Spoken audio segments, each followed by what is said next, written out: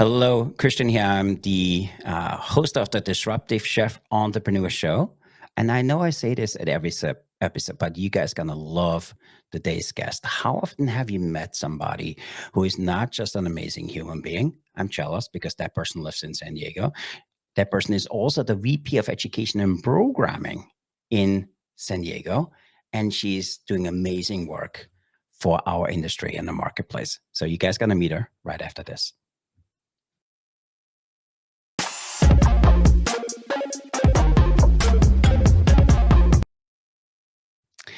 Hello again, I'm Christian. I'm the host of the Disruptive Chef Entrepreneur Show, and I'm really excited for you guys to meet today's guest.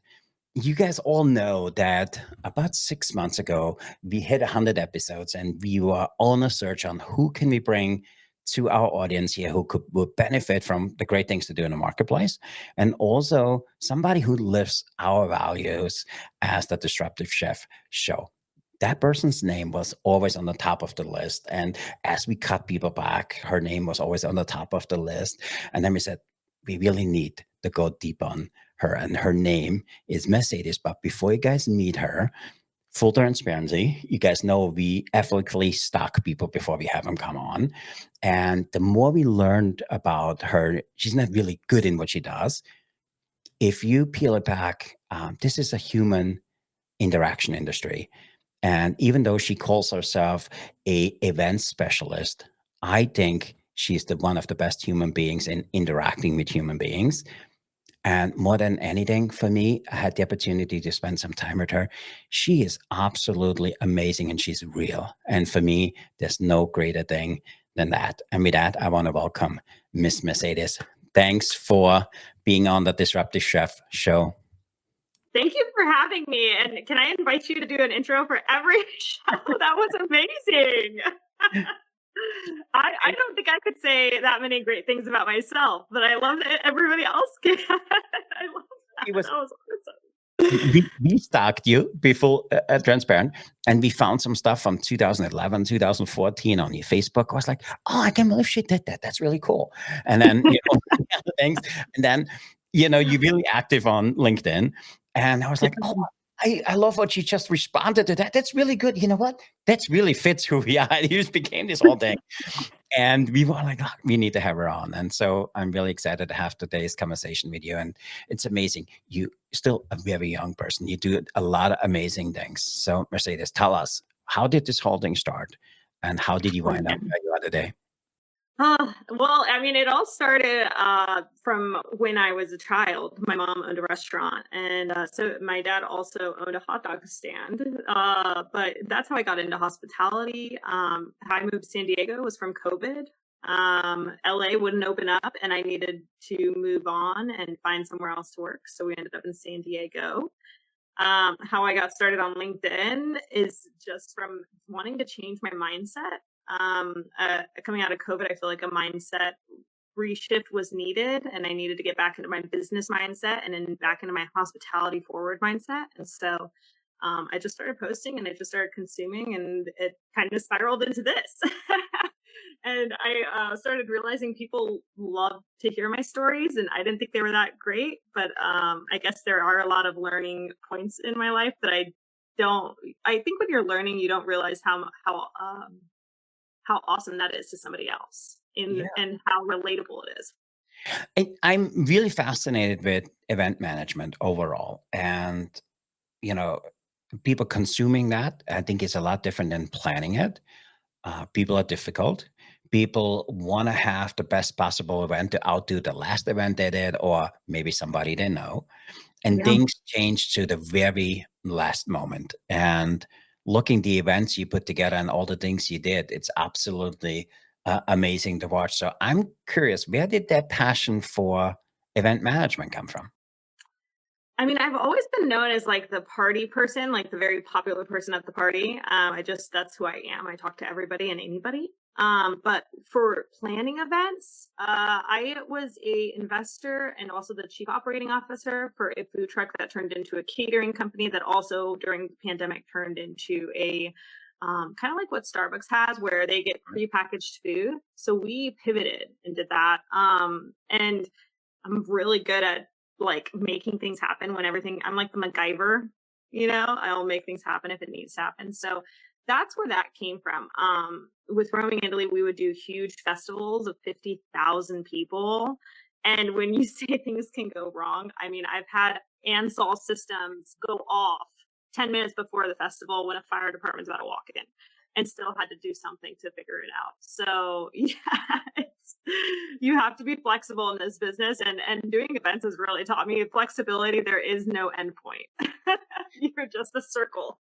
So you make it sound easy, but how do you go about building a food service event? You know, there's an event program with multiple venues, and you specialize in that, and you're really good at that. So Oh how my do gosh. you even start? It's all innovation. Like, I looked, so when I first moved to San Diego, I had no idea what I was doing. Like, in an event space, like I had always sold products. So I had sold with Roaming Italy, we sold essentially food, and we Yeah. arrived at the space. So this was my first time taking on event spaces. And if I'm honest, I looked at what others were doing. And then I didn't copy them. That's the where people make the mistake. They'll look at what others are doing and they'll go copy paste. I didn't do that. I said, what are they missing? What are they not doing that I should be doing? And then Yeah. that's how I kind of broke in through that. And that's where I saw the most success. And then I also utilized the fact that I have 5 venues and they're all within less than a 5 mile radius, that I can essentially quote 3 venues for one party and make them somebody's budget happy somewhere. Mhm. I, So, I I love that, and I think that's the key to your success because you make that whole event very personable. And oh, you know, we seen some events, some of the posts you have out there, and some of the events you did. So, can you share with us a little bit? Hey, what is a memorable event where things just went right? And then talk to us a mm, little bit about an event where just everything went wrong and the client never noticed. oh yeah, this is a good one. Okay, so an event that everything went right in. I had a wedding. And everything going right sometimes isn't just you. Sometimes it's the clients as well. So everything Yeah. going right included they showed up on time and not early or too late. And then it was just such a beautiful wedding, and it was in one of our spaces that was actually a partial buyout. So they were a little concerned because there was going to be other guests within the space, but they had a partially bought out space. Yeah. And when I tell you, I still keep in touch with this client. We're friends on Instagram. I wish her son happy birthday every year because her son's as old as my daughter's. And everything just went right for them. Mhm. And it was so beautiful. They got the best photos. They ended up going to our rooftop, even though they didn't rent our rooftop, just for photos. And it was seamless. And they were from out of the state, so they were booking it from Washington. So they were really concerned about the whole booking it from afar and the communication side of it, and not knowing, is the weather going to hold? Is all of these other factors going to ruin it? And it was awesome. And they ended up having a beach wedding before us and then coming to us for their reception. So it was a That's lot awesome. of fun. And talk to us a little about the opposite, where things just didn't seem to go right, but the client still was no. Oh man. So this is another person that you should definitely have on your radar. Mandy Graziano is a huge event planner. She's big on LinkedIn as well. But she hosted her husband's birthday party with us. And when you're dealing with somebody in the industry, there's already a high expectation because they're in the industry. They know what they're getting and are expecting high expectations, right? And unfortunately, everything that was gonna go wrong with this event. So we were doing it around football playoff season. And during football playoff season, you don't know what's going to happen. You don't know if the team's going to make it all the way to playoffs. If they're not, well, the team made it to playoffs. So now we have a football bar instead of the bar that we were expecting, which is a upscale bar. Then, oh, it never rains in San Diego. It rained that day. And That's the the joke. event that she was hosting, so it gets really difficult when you're hosting an event with somebody that's also hosting an event previously to your event. So the event that she was hosting prior and then they were coming to us after was a boat. The boat rescheduled. So Yeah. then we had to reformat our approach because now she's rescheduling. And on top of that, because of that reschedule, it collided with another event. So now we have two events within 30 minutes of each other. So, Oh, um, but did anybody notice on site? No, nobody knew. It was insane. I still, on a personal level, and Mandy doesn't even know this. On a personal level, my daughter got bit by a dog that morning. So I was in the hospital an hour up to that event. I literally was running out of the hospital, like, because nobody else could take my daughter to the hospital. I don't have much family in San Diego. So yeah. I'm like, okay, I told the hospital, I was like, we got to go. I love that. So you're doing this for somebody who's in the industry. All of this stuff happened. Did that person ever see or recognize all the stuff that was going on behind the scenes? Oh, yeah. Yeah. Me and Mandy are still friends to this day. So I think that tells a lot about my character. And I've always told clients, no matter what happens, because it's almost inevitable that something may happen, even if Yeah. it's not us. It's inevitable that somebody may act like we've had to kick somebody out for bringing a fake ID. That's nothing to do with us. It was in Yeah. a wedding party. You know what I'm saying? Like it was nothing to do with us, but there is the inevitable that something may happen. And no matter what happens, I will try my best to make it perfect. And I think my reviews say that. Yeah. So, I love the content you have in the marketplace where you always talk about don't sugarcoat it, tell the client what it is. Don't, it is what it is. yeah. And you also talk about that this is a relationship and a communication industry. Talk to us a little bit. Where did that come from? Because you talk about, over communicating and all the stuff you do. So talk to us a little bit about that. So I used to work on site and I used to be a server and bartender. And it really came from lying. Like, this is going to sound crazy, but it came from failing on the floor. So when I used to serve tables, say I forgot to put in somebody's food and it Mhm. was like a complete accident. But instead of owning up to that and saying, I'm sorry, I made an accident, I would go, oh, the kitchen lost the ticket. The It's a kitchen lost the ticket. or How it's dare them? fault. We don't like you guys. We don't like Yeah, you. exactly. And it came from wanting to no longer essentially place blame elsewhere and just owning up for what could happen and then fixing it and Mhm. then doing it as best as we could. So that's where I find it most beneficial to over communicate and deliver than under communicate and under deliver. Yeah. Right? So the more I can communicate, like, and so I changed that. Like as a young server, that's what I used to do. And then as I got like more seasoned and I worked more years in the service industry, I realized, you know what, I need to stop lying about what's actually happening. Because what would Yeah. happen is I would tell the guests, yeah, the kitchen forgot your ticket. And then they'd be like, okay, but then they're waiting another 20 minutes for their food. And then they're like, okay, this is bull. Yeah. Like you literally just lied. Like you can tell, right? So when I learned it's essentially learning hospitality at that point, I think. Like instead of doing that, I would go, I am so sorry. I made a mistake and didn't put your food in, but I'd be more than happy to grab bread and butter, chips and salsa wherever I was working, or even just like Yeah. a free drink and make it up to you. So it was just owning what you had done. I love that, and I think that what makes you so successful in what you do. I mean, you manage means people up to 200 people. I mean, having a team of 200 people is a lot of people. I don't care how you slice it and dice it. There's a lot of stuff it can go wrong.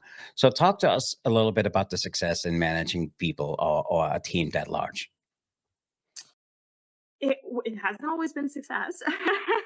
It's definitely been a learning curve there too.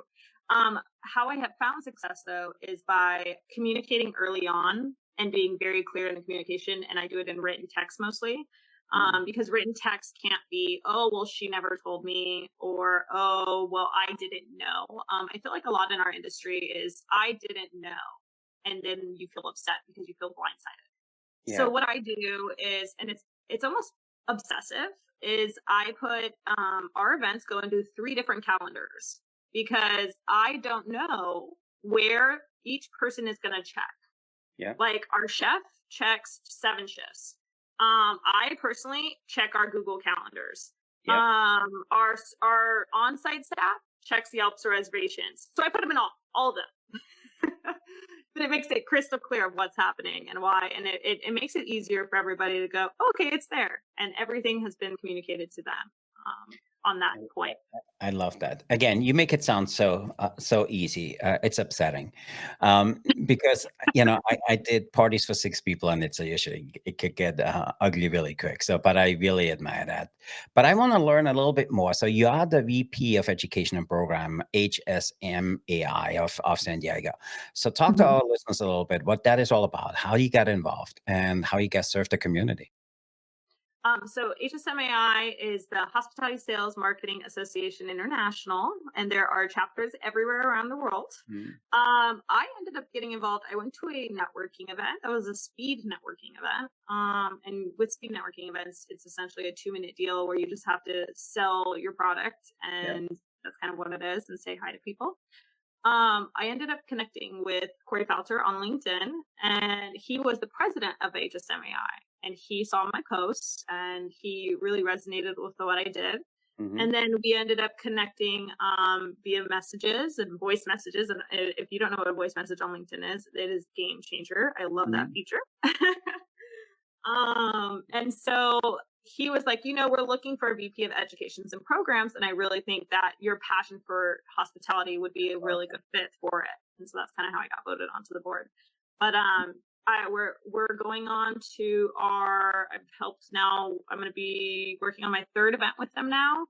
And when you're talking about events that are paid for by clients, I find them actually easier because now we're looking for sponsorships and all the other things that go into it, that are a little harder to find and secure.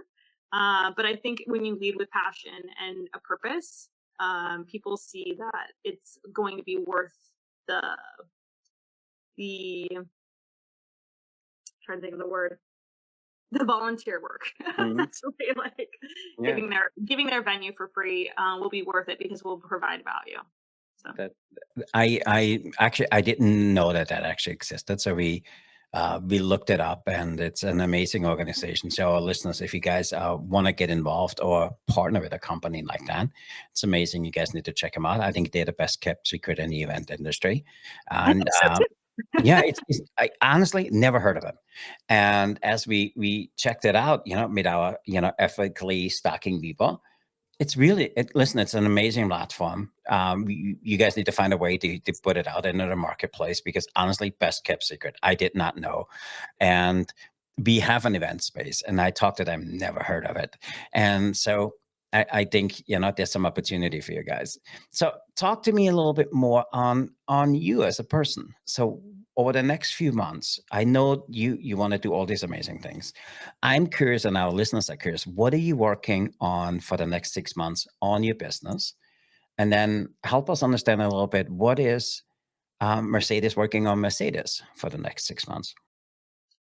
So for the next 6 months for the business, we are going to be working on opening a new venue in San Diego. We recently renovated our flagship venue. So all this week I've been sourcing all the furniture that goes with that. So we're like essentially, I call us the term is really used in tech more than restaurants, but I think we need to bring it to restaurants because we Yeah, all are this, which is bootstrapping. We bootstrap everything. um, so we're a really small team. Our corporate team is of four, and I'm one of the four. So everybody kind of gets their hands in everything. And so I will be sourcing for the next couple weeks. And then eventually I will be selling that venue out, that's awesome. because it will be the hottest, newest thing in San Diego, which will be really fun. And I can't disclose the name yet, or else I would. But that's what the next six No, months looks like for the company. listen, we don't need an excuse to come to San Diego. We go there no matter what. Now that's really awesome. So, to anybody listening today, and somebody who wants to do what you want to do, what is one or two pieces of advice you would have for somebody like that? To start. Or what I would really suggest is find somebody that you admire in the marketplace, and then ask to go under them so you don't have to learn from all the mistakes that you'll make. Mm, Because if you were to ask me today, hey, I really want to become an events manager, a director of sales and events, how do I get into it? I could give yeah, you so much valuable information that you would have to take 4 years to learn, and you wouldn't even need to do any of that, right? And always innovate. I think the biggest thing is the market changes and the way that people book events and or want to pay for them changes. So like right now we're seeing a huge uptick in like people wanting to pay per person and not Mhm. foot the whole bill. So you're just always having to look at what's happening in the market and changing how you approach it. Yeah, that's really good advice because things are changing so quickly. And for me, I'm a big believer in mentorship and what you talk about it. Find somebody where you can learn from, because they can help you cut your learning curve not just in half, really, shorten it. And they could also give you some insights on where the landmines are, because it's not just enough to know the information. You need somebody who really lived it. And for me, that's amazing that you always seek that out. So, to our listeners, talk to us a little bit if they want to learn more about what you do. Where can they find you? And also talk to us where they can find the organization you're associated with. So you can find me mostly on LinkedIn. It's going to be Mercedes Montijo, Montijo. I post there almost daily, and I have a series called Room for Revenue that I Mhm. started as a passion project. The organization HSMAI can be found online on their website. We also have a HSMAI San Diego chapter if you're local to Mhm. San Diego, that posts about events, and you'll probably see my face on the social media post. No, that's awesome. And also to our listeners, we will have all of our information in the show notes, and we will also ethically bribe her to come back and talk to us about, how to make money on B2B, because she's amazing with the stuff she put out there on LinkedIn. And I want to have a whole conversation about that. So you need to promise us to come back and talk to us a little bit about revenue increase. So with that, also for our listeners, if you haven't done so, make sure you check out our social media, make sure you join our Disruptive Chef Club, which gives you the private behind the scenes glimpse of what we're doing, upcoming events, and a whole lot of good stuff. So with that, Miss Mercedes, if you're up for it, would you like to play, or would you be open to play Rapid Fire Question Food Service Edition? Yep, let's do it. So we have extremely hard questions for you, because especially for the front of the house service, because for the many times you threw the back of the house under the bus, so we will return the favor today. So Don't crucify me. So the way this works is I have 25 questions. My team puts together 25 questions. There's some good oldies on it, but also some new questions. And we change these all.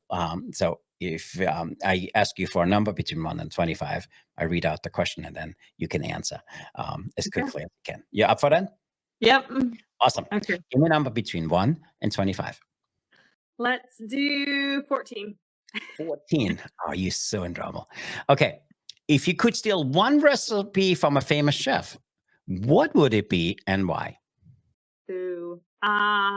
It would definitely have to be French Laundry's recipe. And I don't know the name of the dish, but it's in an egg. Mhm. And because it's so amazing, I want to recreate it. That's awesome. I want to steal some of his stuff too. Okay, give me another number between 1 and 25. Let's do 20. 20. Oh, what is your guilty pleasure you eat when nobody's watching? Ooh. Mm, let's see. I don't really eat that many sweets anymore, but It a could also good be a creme beverage. brulee, or you know what it is actually, and it brings me back nostalgia, and that's why I'll eat it, and everybody will make fun of me. Banana cream pudding. Oh, I love banana cream pudding. Awesome. Give me another number between 1 and 25. Let's do 9. 9. Pineapple on a pizza, yes or no? Absolutely, love pineapple on a pizza.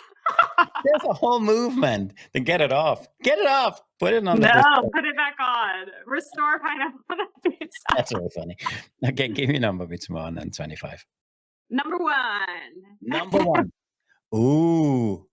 What is your favorite curse word when you're in a walk-in by yourself? Oh, shit. What the fuck? Oh, I man, don't know if it's that's my great. favorite, but it's usually the word I use when I see it. Like, there's nothing worse than you walk into the walk-in and somebody spilled something. You're like, what the fuck? Oh, it's the best. Oh, and I'm sorry, I didn't see these questions before. This awesome. Okay, That give is me a the number. That is so messed up. Give me a number between 1 and 25. Let's do 4. 4. Oh, what's your go-to dish when you pretend to make something fancy? Ramen noodles. I'm not sure if there's a way to make it fancy, but that's awesome. Okay, last question. Number between 1 and 25. Mm, 22. 22. Um, ooh, if you were given the power to make one dish disappear forever, what would it be and why? It would have to be. I don't know. I know so much good food. It's hard to be like, I want that food to go away. Um, let's see. Oh, this is a hard one. I know. Uh, Or you could I'm say like you thinking want to of make, all the good food I've eaten in my life. I need to think about all the bad food I've eaten in my life. or, or you can make the pineapple disappear off the pizza. No, I love the pineapple. That's the point. Okay. It would probably, and I don't know the name of this dish. I've tried it once, but it's like a cold, and I like Korean food a lot, and I like the other version of this, but this one grosses me out. It's a cold beef broth with cold noodles. I like the Mhm. spicy version of that. I don't like the cold beef broth one. And it has like ice cubes. Have you ever seen that? Yeah, not anymore because it's gone. You made it disappear. So with that, That's a good thank you. This completes rapid fire question food service edition. We really, really appreciate it. I didn't know some of those questions on it. My team. So, but Mr. Mercedes, They're I really messing with appreciate. you. Yeah, I know. First off, thanks a lot for the gift of your time. Thanks for making yourself available for this. Thanks for sharing on your insights. And I'm serious, we need to do a 2.0. I want to learn more about how people can build revenue around B2B business, and you're extremely good at it. And also, I want to dive a little bit deeper on our next conversation. How can you take one location to make it two, maybe three, and now you do soon to be four? It would be great to have a little bit more deeper conversation around that. Yeah, I'm Awesome. always open. Any last words of wisdom before we sign off for today? um, be consistent, be persistent, and be different. I love that. Awesome. With that, I want to say thanks for being here. It was an absolute pleasure. And some of those questions, you made a lot of people very upset. But to our listeners, if you haven't done so and you want additional content, go to disruptivechef.club, join our private community. You get some behind of the scene glimpses, you get some updates on new upcoming episodes, and also check out our website. We always have our new stuff out there. We're trying really hard to keep those current. So with that, until next time, remember to disrupt your kitchen, fire up your career, and stay hungry for change. I'm Christian, the Disruptive Chef Entrepreneur host, here with Miss Mercedes. We are out of here. We are signing off. So with And that, remember to put pizza on your pineapple, or put pineapple on your pizza. I'm not sure if that trend should ever come back, but to our listeners, be the change, be the challenge, and be the chef who sets the world on fire. With that, I want to say thanks for being here. And to our listeners, make sure you go out there and stay disruptive, everybody. Until our next episode, talk to you later. Bye, guys.